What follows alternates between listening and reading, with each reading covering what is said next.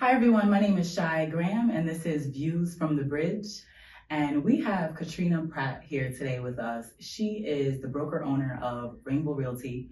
She's a powerhouse in real estate and I am glad to have you here. Thank you, so glad to be here. Thank you, yes. Shy. Yes, so Katrina, we have a couple questions for you. I want to start with the Bridge Scholarship.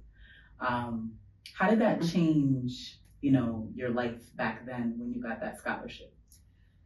Oh my goodness, we're talking over 30 years ago. Okay, so I was pretty much on the fence as far as wanting to get into real estate. I was always told that it was going to be expensive, that it was unattainable. And so when I was introduced to the scholarship, it was one day that I just happened to see that there was going to be a meeting at it wasn't the university, it was the college, it was on Woodland Street. It doesn't exist anymore. Okay. But they had a meeting regarding a minority scholarship program. So I was like, okay, well, let me check this out. So I got there, I met Ron Armstrong and I met Bianchi Pickney. Now Bianchi, I didn't know Bianchi back then. Now she's like one of my best and dearest friends. But like back then, so I didn't know her, but she was one of the first recipients and she was standing and she was talking about just what it's done for her. And it just gave me the excitement of wanting to say, well, let me see if I can get it. And, I applied and I got it. So that's where I began. That's my start. Congratulations. Thank you. So take us back. How many years again? 30 plus. I'm telling my age, 30 plus. Well, you look good. Thank you. So take us back 30 plus years when you first got your license. What was the motivation? What made you get into real estate 30 years ago? Oh my gosh. It's a funny story. I was, they used to have those late infomercials and they say you can really get people to buy something when it's like really late at night. Well, there was a seminar, it was the Tom Booth seminar, and they was telling people, oh, come check us out. And so, I went to the seminar and it kind of opened up my nose and the seminar itself wasn't, really all that. But then it was right after that I got the minority scholarship notice and went, and then that kind of took me to a whole new level. So, okay. Yeah. Now, speaking of the minority scholarship, did you ever face any discrimination, being a realtor in these past 30 years, or maybe your clients? If you can talk a little bit about that with us. Okay, so I've seen a lot in 30 years, and I could say yes, I have seen discrimination. I think one of the recent forms of discrimination that I've seen and noticed now is when they have the CHAFA program.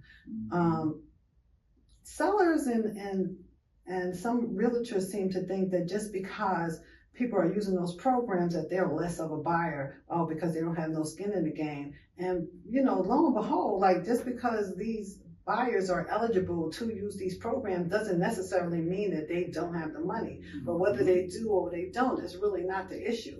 If they qualify, because it's not hard to qualify, but it's not that easy either, because you have to be, responsible. You have to, have at least a minimum credit score. You have to be at your job at least 2 years, and then be in the state for at least 3 years. So anybody can buy a house. You just have to know exactly what's required, but it doesn't make you less of a person just because you don't have no huge down payment. And that's a myth that needs to stop, and people need to not be judged based on that. Correct. Funny story. I'm an investor myself, and I had a property that I sold, and the buyer was CHAFA. Listen, I got, over asking, great buyer, and we didn't, I'm not going to discriminate just because it's not conventional or FHA. We see that a lot with agents or whatnot. And, it was a great transaction. I'm sure it was. Because buyers will tend to be a little bit more generous because they don't have to come out with all this money. Yes. So now they can give you better offers. Yes. And once they get qualified through a lender, they're pretty solid. People don't realize it works great for the buyer and the seller. Exactly. That's what people don't realize. The buyer didn't have to come out of their pocket so much, but I'm going to give you a little extra for that. Exactly. Seller gets to walk away with a little extra money. Everyone's happy. Yes. And, people don't look at it that way. So. Well, I had ran into a situation where I had one of my buyers coming from North Carolina, and she put a lot of trust in me because she kind of bought it sight unseen. And she had two girls, and she was closing on Monday, so she was doing her final walkthrough. She was super excited. She was moving out of it. She had like a U-Haul truck with like a 5-bedroom house that she was moving out of. So she was just going to park the truck there. So we go to the walkthrough, and like everything that the seller was supposed to do, it never did. And then it was even worse. It was rigging up oil. So needless to say that this deal did not close. So now here she is. She's starting her new job, and she has an executive position with a company. And she's starting this new job. She got 2 girls, and now she's homeless. So, it was really a scary situation because she was a chaffa buyer. And yes, even if you're out of state, you can be a chaffa buyer. Maybe not the time to own, but you can be a chaffa buyer. But when we were out there, so anyway, first I made sure I secured them a place, so I made sure they were settled, comfortable, oh, that's nice. Because it was a scary situation being, in a new state, but I made sure that it was good. That was number one. Number two, we just hit the ground, running, seeing like 20 houses a day to get them set, to find a house that they was going to be, they can move into. But you'd be surprised how many times we were outbidded just because they were chaffers. So yes, that is a form, but listen, I know how to package everything to let them know, like, listen, they may be chaffer, but you may not want to sleep on these buyers. These are like really great buyers. Yes. But you have to advocate for your client because there is a lot of misconceptions and maybe prejudice as far as, like them being less of a buyer. They're not. So anybody can own a house, and I'm going to make sure that everybody knows about it. Well, you hear that. So Katrina, I just want to thank you, for coming out and speaking with us. I think that your clients definitely have a lot of trust in you. For you to do that, when she had 2 kids, pretty much lost her home coming to Connecticut homeless, and you helped her out. I mean, that is, you're a blessing. Yes. Well, I love what I do.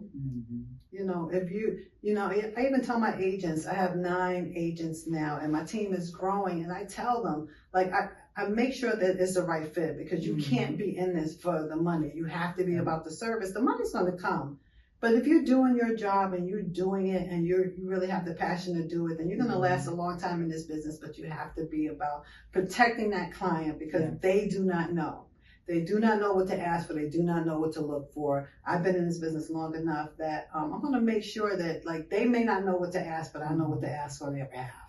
So I'm going to make sure I have that circle of protection to make sure that if they, so they won't even know that they're being discriminated against, because I'm going to protect that too. To the best of my ability. So I'm just excited, because like I said, I love what I do, and I'm here to help. Whether you're an agent, whether you're a broker, whether we need to brainstorm, whether we need to come together, as former agents and brokers, like united we stand. Like, we help each other get the job done, and nobody needs to be discriminated against in that process. I agree. Yeah. All right, Katrina, do you want to leave us with anything else? Just basically, I'm here for you. I'm here for like anybody that needs information. I'm here for the buyers. I'm here for the whole thing. I've been at this 30 years, and I don't plan on stopping anytime soon. And, I'm becoming more involved with the committees. Anything that can help us elevate to the next level, I am here for it all. So, if you ever need me anything, just be happy. Just reach out. I am here. So thank you for having me. Thank you so much, Katrina. All right.